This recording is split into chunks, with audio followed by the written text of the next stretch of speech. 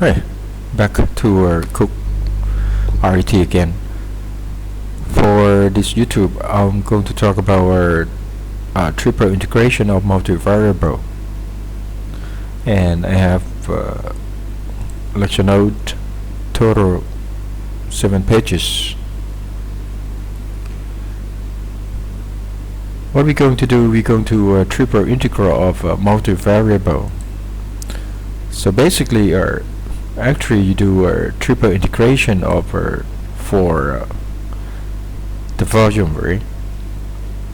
So let's say if you have the small volume, you can calculate for a small volume equal to delta x equal to delta y and delta z,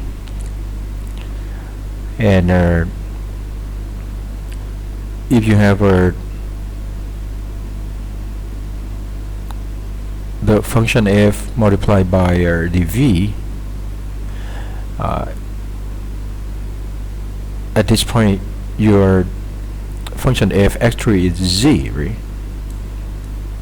This can be a density function. For example, number of population per unit volume. So you multiply by delta v is going to give you the number of population, and if you do integration, you're going to get a total population. And you also know that from the previous YouTube, you know that you can write or you can add up small volume multiplied by a density function. You represent by a summation ijk, which f depend on u ijk, v ijk, w ijk. And if you take limit n ml go to infinity, you can write the summation in the term of integration. And for delta x, you know that you break apart your section in the x-axis, delta x equal to 1 over n. For n go to infinity, that's give you a delta x get close to 0. Same as delta y, you have delta y equal to 1 over m, and then z, delta z equal to 1 over l. So basically you can do integration of f multiplied by the v equal to the triple integration of dx, dy, dz in the rectangular coordinate, with the limit of integration of dx from a to b, limit of integration of dy from c to d, and limit of integration of dz from e to f. Now let's take a look at some examples. If you have the cone like this, you look at the top view, you know exactly this is on the xy plane, and x squared plus y squared equal to z squared. This is the circle equation with the radius equal to z, and I have a z on the top here at z equal to 3, and I give you the volume density or the density function equal to delta x by z equal to only z. So if I want to find integration of f dv, I simply do a triple integration with respect to dx, dy, and dz. Now for the density function given equal to z, you need to consider the order of integration, which one you want to do first. So since you know is the density function is in the term of z, so you probably look at the first integration or inner integration with respect to the z. And now when you want to integrate with respect to the z, your limit of integration should be depend on should have x and y parameters, because later on you have to integrate with respect to the x and integration with respect to the y. Now you have data x, y, z, or the density function equal to z, and you consider the limit of integration of the z. For the top you have z equal to 3, so that's why you put 3 here. For the lower limit of integration, you need to consider this equation, the relation x squared plus y squared equal to z squared. And you can write z in the term of x and y equal to square root of x squared plus y squared. Okay, so you already have a parameter x and y when you integrate with respect to z. This is the straightforward. You have z squared over 2, so take limit 3 and square root x squared plus y squared. You end up with 1 over 2 9 minus x squared plus y squared. The next step is you need to integrate with respect to the y or the x, but at this point we start with the y first, or it's become the meter of integration.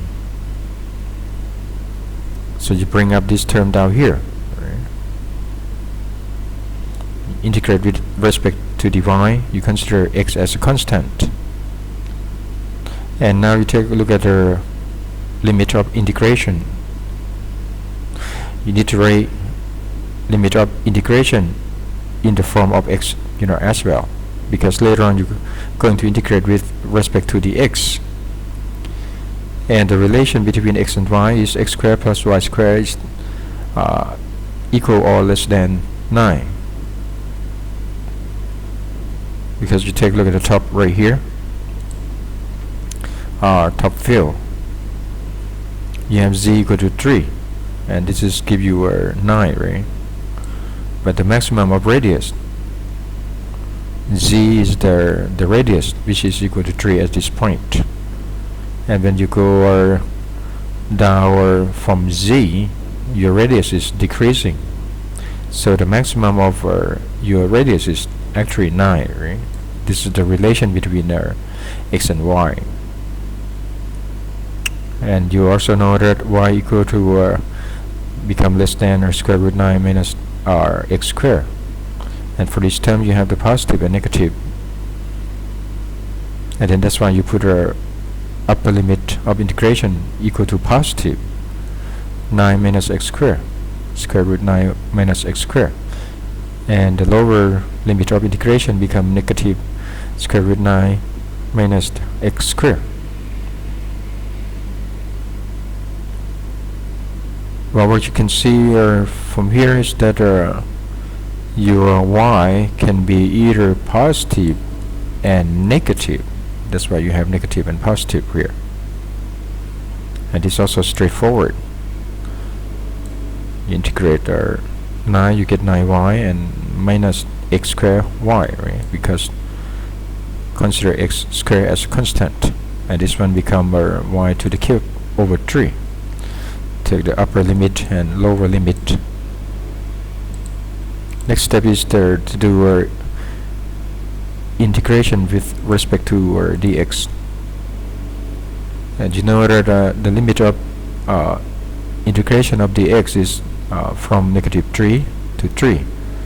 So you don't have to care about the upper limit and lower limit have to be in the term of parameters. It can be a constant.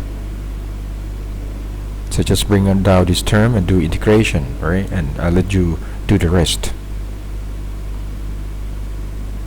So basically you consider this one, you start with integration of the z, or the inner integration, and you follow by dy, or the middle integration, and the last one is dx, which is the outer integration. When you integration of dx, sorry, this z, you need the limit of integration in the form of these two parameters x and y, so that's why I have here. And then when you do integration of dy, you need to have parameters of limit of integration in the term of x. That's why I have x here and x here. And for the last one, you don't need to care about any parameters, so you can be just like constant. So that's why I have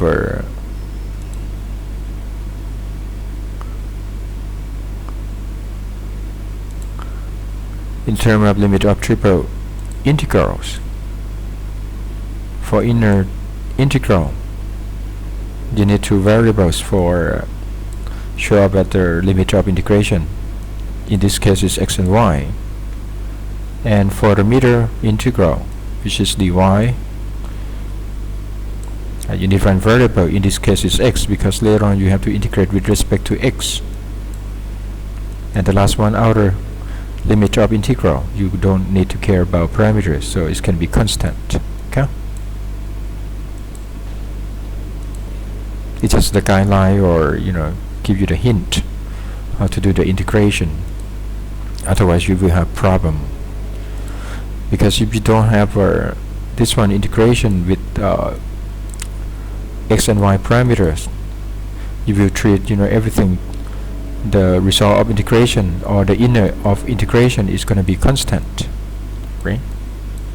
If you have constant here, if you have constant here, you don't have the result of integration in the term of x and y, because this later on you have to integrate with respect to y, right? And this is have to integrate with respect to x.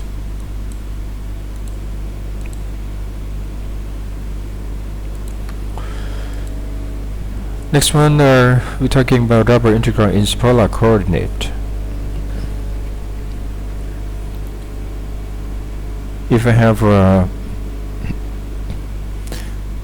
the density, the number show up here is the population density, or the number of population per unit area, or let's say this is the density function. You want to find the total population, you just consider each section of the area with different density function, and then you add them up to get a total population. Now you take a look at the circle with inner rings and outer ring. I consider this one as the outer ring, and this one is the inner ring. With the radius, inner radius become 2, 3, and 4, and these number are density function. This is your lake, in case you want to find the population of something in this area. Now when you divide this one to be a 4 section, you need to consider each area, right? So for the outer ring, the area is equal to pi 4 square minus 3 square, but you have only a quarter of the area of the circle. You need to divide this one by 4. This gives you 5.5 kilometers square. Same as the inner ring, you have the radius 2 and outer radius is 3, so you have a pi multiplied by 3 square minus 2 square divided by 4. For the inner section, inner ring section, you have the area to be 3.93 kilometers square. Now to find the total population, you need to add population up. So let's take a look at the outer ring. You have a function density function be 13, 10, 8, 10. Each belong to each section. right? You have 4 sections. So you multiply this by the outer ring area. That's why you have 13 plus 10 plus 8 and plus 10. And then multiply by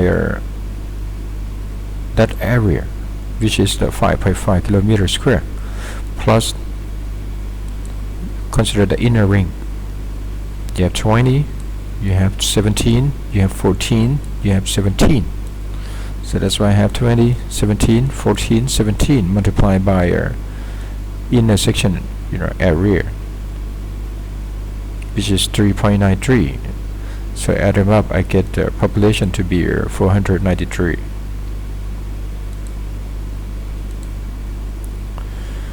Now take a look at the polar coordinate.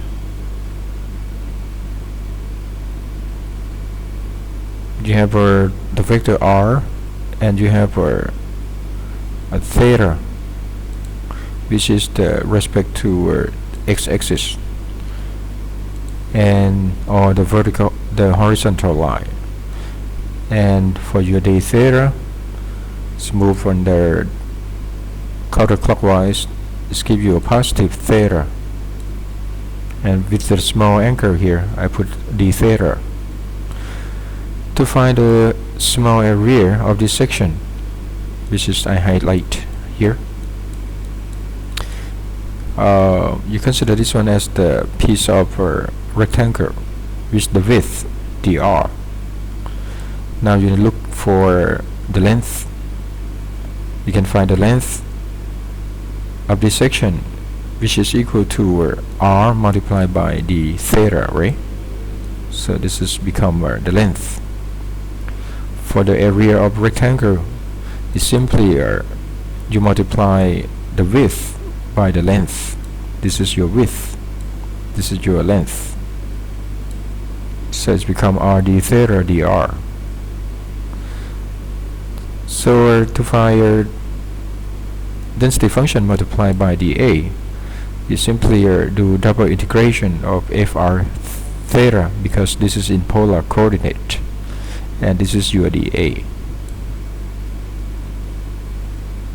And for dr, limit of integration, it doesn't have to be from 0 to r. This can be start from a to b. You can pick up any range of r, right? And for the theta,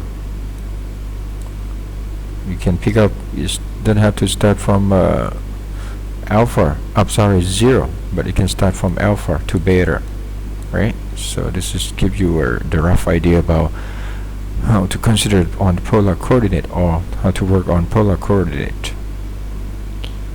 And the relation between polar coordinate, which is in the term of r and theta, to rectangular coordinate x and y.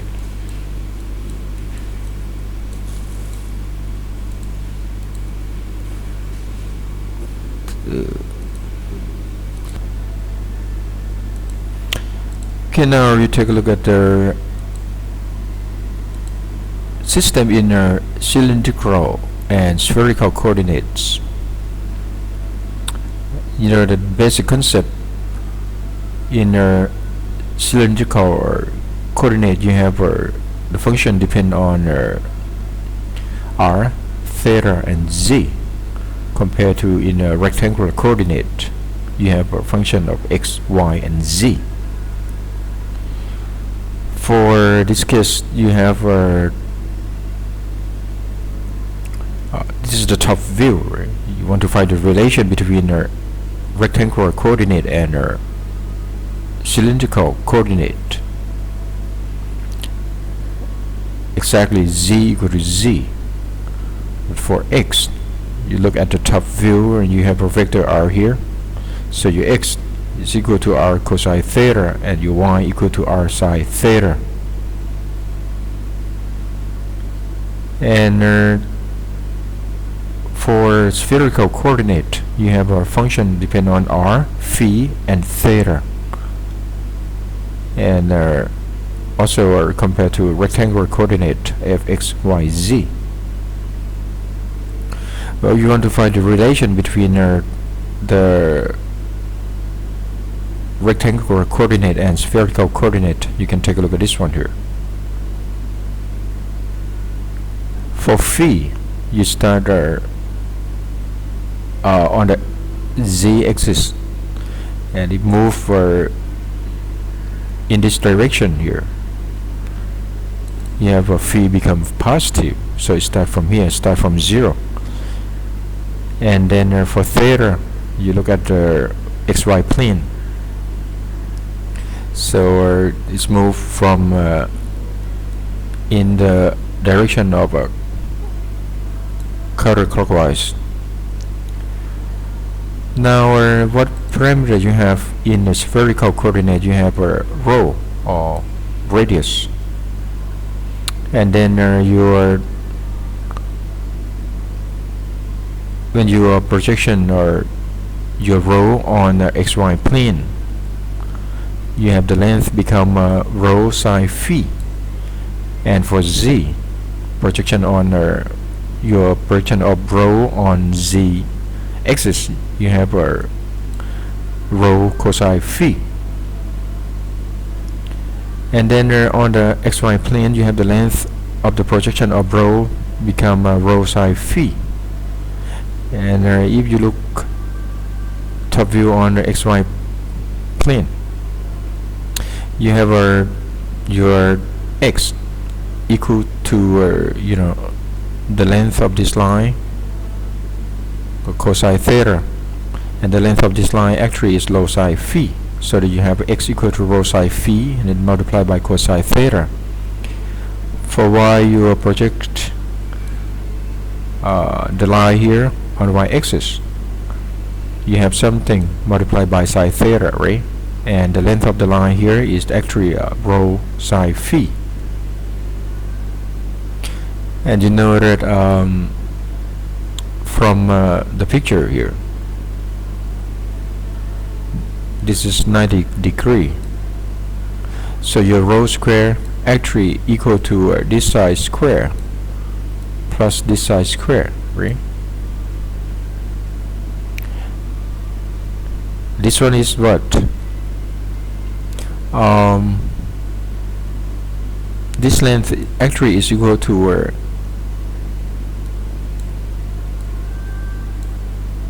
this is x square, and this side is y, right?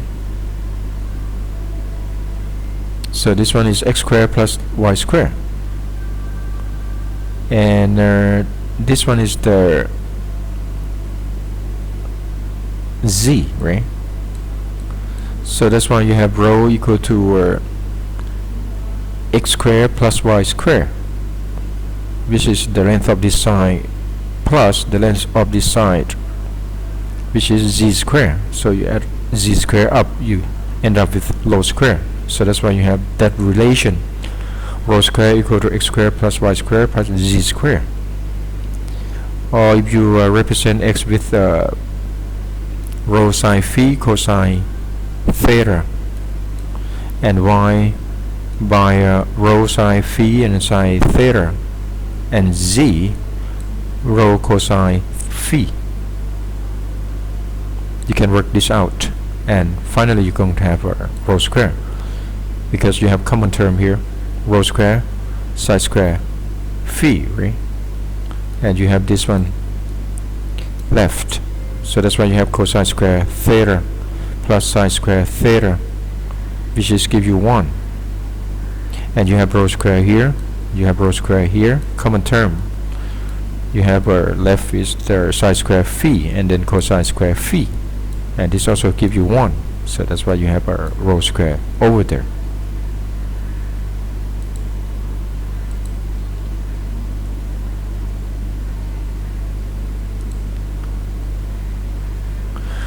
Now let's take a look at some example. You have a piece of cake look like this. In the cylindrical coordinate, with the density function equal to 1.2 gram per cubic centimeter. So your mass actually equal to the volume multiplied by the function density, right? What you need to find is the volume. Take a look at the picture here. You have a function dependent on r, theta, and z in cylindrical coordinate.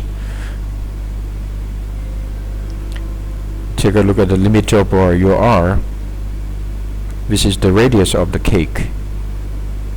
It starts from 0 to 6, right? So that's why you have this term. R is greater than 0 but less than 6. And for theta, this is your theta pi over 6. So you can write theta is greater than 0 or equal to 0, but less than or equal or less than pi over 6. And for z, start from 0 to 4. So this is your limit of each parameters. Now you take a look at the mass. Got to be equal to the density function multiplied by dV, right? The small volume of the cake. Now you take a look at the dV in a cylindrical system or cylindrical coordinate.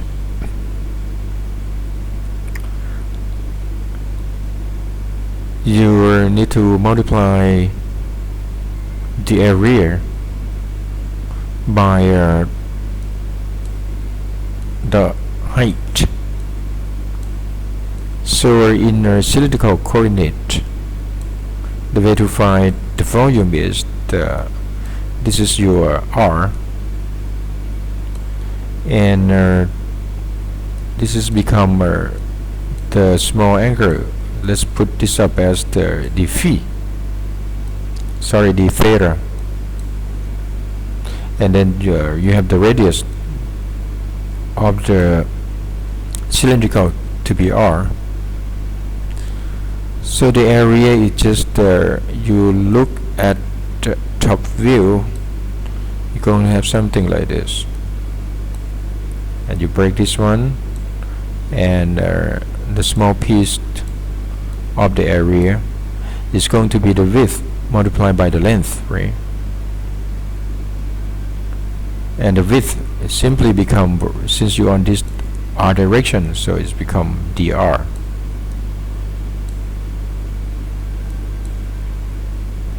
And the length, you simply multiply r to the theta, right? So the area become dr multiplied by r d theta, the width multiplied by the length. So that's why you have r dr, and then multiply by d theta, and you multiply it to the height. Just look like this one, right? The volume is actually the area multiplied by the height. The height is just like dz, small volume. That's why you end up dV in cylindrical system to be r dr d theta dz. The next step is to do the integration. Which one do you want to do first? Well, you have r here. You can start, in the integration with respect to dr, and the limit of integration of r is from what 0 to 6, and for theta is from 0 to pi over 6, and for z is from 0 to 4, right? Integrate r dr, you end up with r squared over 2. Take the limit, so you have 6 squared over 2, or give you 18. So you have 18 right here. Next step is to integrate with respect to the theta. You don't have a theta here, so you end up with theta, and you take the limit of theta is from 0 to pi over 6. That's why you have pi over 6 here. And for the z, you don't have z, and your limit of integration is from 0 to 4, so you end up with 4. So you find the total mass to become 45.24 grams. Next example. You have a hemisphere and you want to fill the hemisphere with water, and the base of the hemisphere, or the largest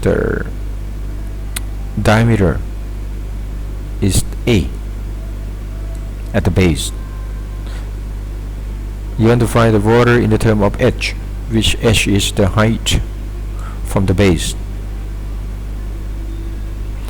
It looks like you might want to work on the spherical system, but if you break apart, each piece, you slide, the hemisphere, so it's become like cylindrical. So what you need to do, you need to find a smaller volume, and you add them up, right, by doing integration. So it's come to play with the triple integration again, but in a cylindrical system. Same, you just only calculate for the volume, so you have this is your dV. Now you need to take a look at the order of integration, which one you want to integrate first, because the theta, it doesn't change. It still become from 0 to 2 pi, right? But if you take a look at the R, this is your top view.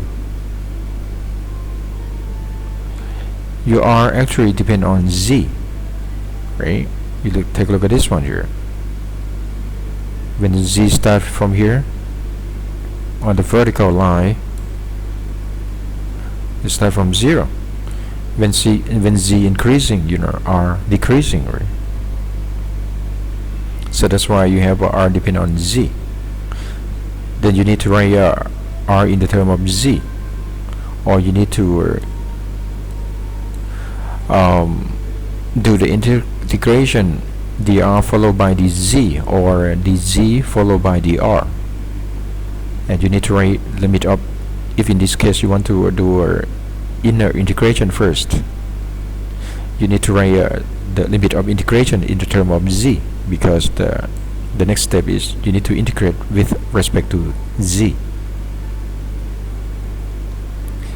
So you take a look at the top view on the xy plane. You have x squared plus y squared plus z squared equal to a squared, right?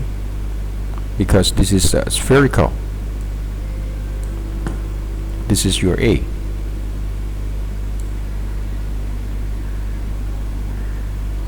This one you have as we worked out before, x squared plus y squared plus z squared equal to a squared. And then for x squared plus y squared, actually it's r, right? Square, because the radius is depend on xy plane.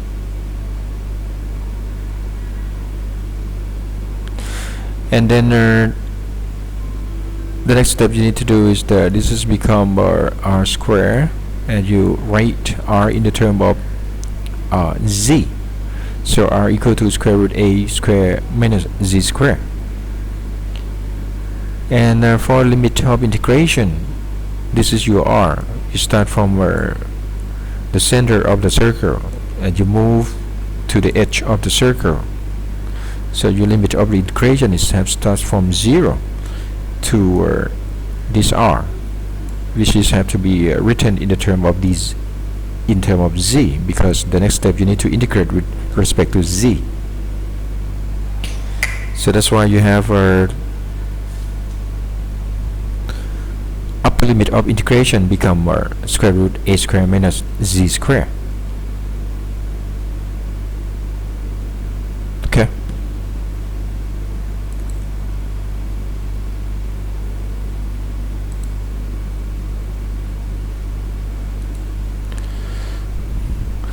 take a look at the inner integral. This is the simple one. You end up with r squared over 2. So you take upper limit square root a squared minus z squared, and that's give you a squared minus z squared over 2. And now you bring this down to the middle integral, or with respect to the z. And the z is, you want to find the height. The volume of the water depend on the height. Okay, this is start from 0. So the limit of integration of the z is from 0 to h. You consider this one as constant. So it's become a squared z, and this end up with z to the cube divided by 3. Take the limit from 0 to h. You have 1 over 2 a squared h minus h to the cube over 3. So the last step is the outer integral. Integrate with respect to the theta. You take this down, so they all become constant, and this gives you 2 pi. So you finally you get the volume depend on h as the pi h multiplied by a squared minus h squared over 3. Okay, so the difficult part, maybe some people are still confused, is that for triple integration you need to, as I mentioned earlier, when you integrate with respect to r, and the next step you want to integrate with respect to z, you need to write the limit of integration that have a z term, otherwise it's going to become a constant. And the next step you integrate with respect to the z, is going to give you a wrong result, incorrect. Okay, but the last one you don't need to care, so it's going to be, you can put just like a constant for limit of integration.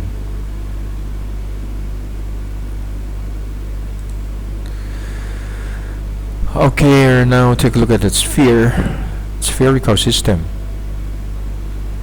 For a sphere with the radius a, right, you know that the volume of the sphere is equal to 4 over 3 pi a to the cube.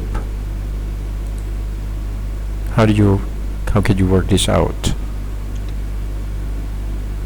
Well, for dv over sphere, the solid sphere, dv equal to this term. Actually it's come from the same thing as the small area of your circle, of your sphere. So that's why I show up to give you a clear picture. Well, the area of the small section, the volume of the small section of the sphere actually is equal to dA multiplied by the height, right?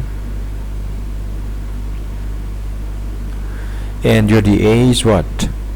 The width multiplied by the length.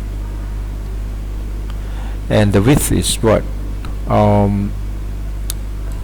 D rho, right?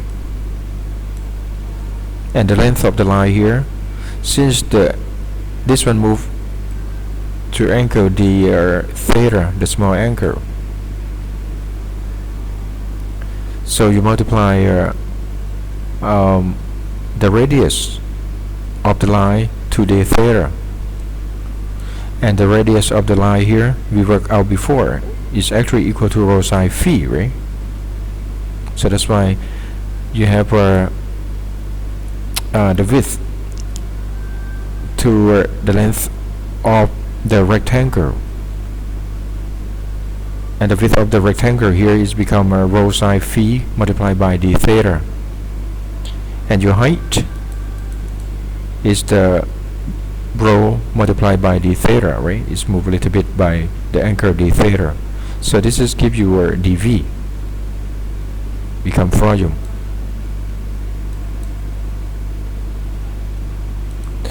So you take a look at the limit of integration. For rho, just integrate radius from 0 to a, right? Theta from 0 to 2 pi. But now for pi, you take a look at the phi. You just move around for only pi radian. That's already give you the whole sphere. So the limit of integration of the phi is equal to from 0 to pi. So you work this out, rho square, and then the rho, simply get the rho to the cube over 3 and take limit from 0 to a. The rest become constant. So you have psi phi here. This gives you a to the cube over 3, and the next step you integrate respect to the theta. Nothing to do with theta here, so you have 2 pi. And now what you have left is psi phi d phi. Integrate from 0 to pi. Integrate psi phi, you have negative cosine phi. Take limit from pi to 0. This gives you 2. So your volume is enough to be 4 over 3 pi a to the cube, exactly just like you're familiar with the volume of the sphere, right? So this is for the first, you work out on the spherical system.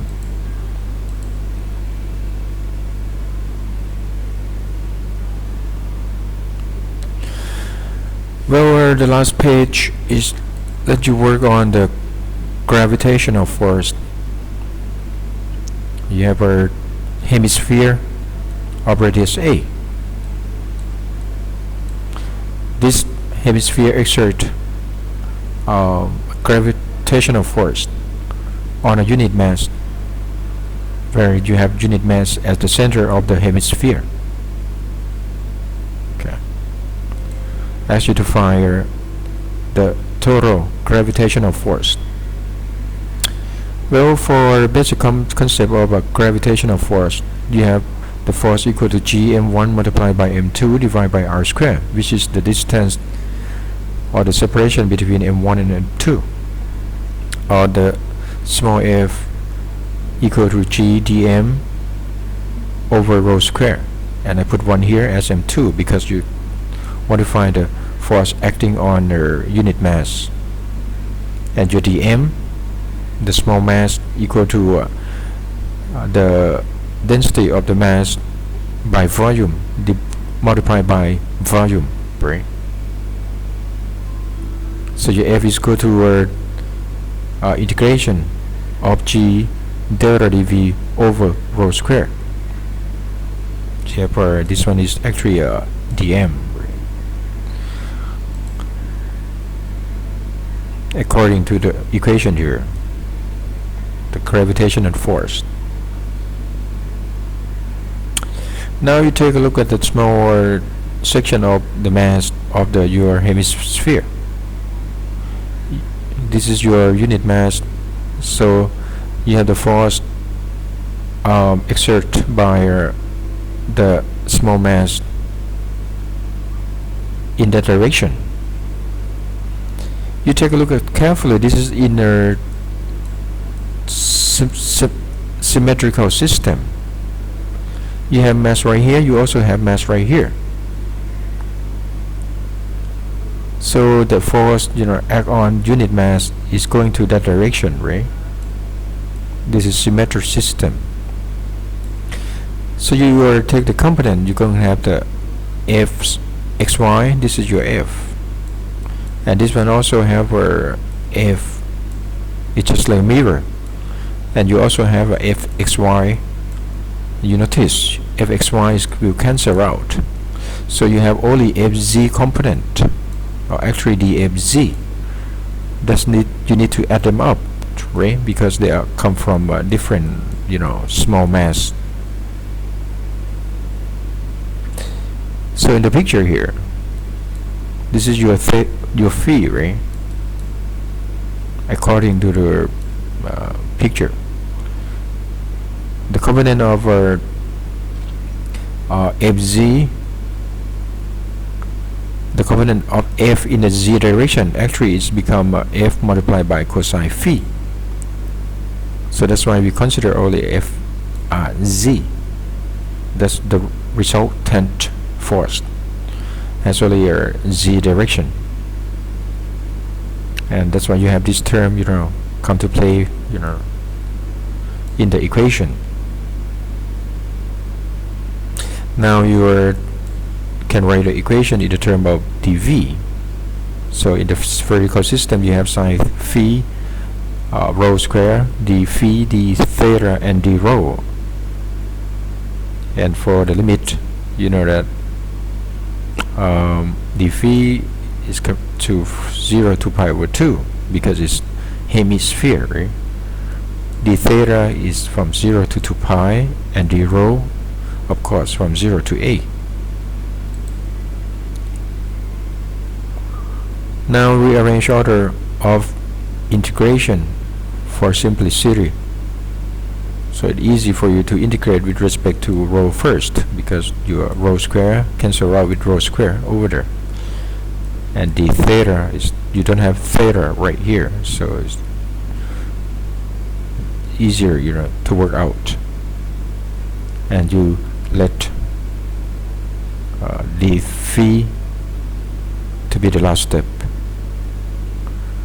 Now when you integrate below, you have only rho, right? And you take limit from 0 to a. That's why you have a here. Next step is integrate with respect to theta. You don't have theta, so that's why you end up with theta, and then take limit from 0 to 2 pi. You have 2 pi here, and you have a here. So the rest, you have